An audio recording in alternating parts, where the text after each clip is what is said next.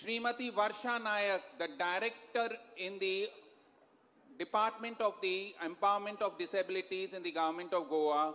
And last but not the least, Mr. Taha Hazik, the Secretary in the Office of the Commissioner of Disabilities, Government of Goa.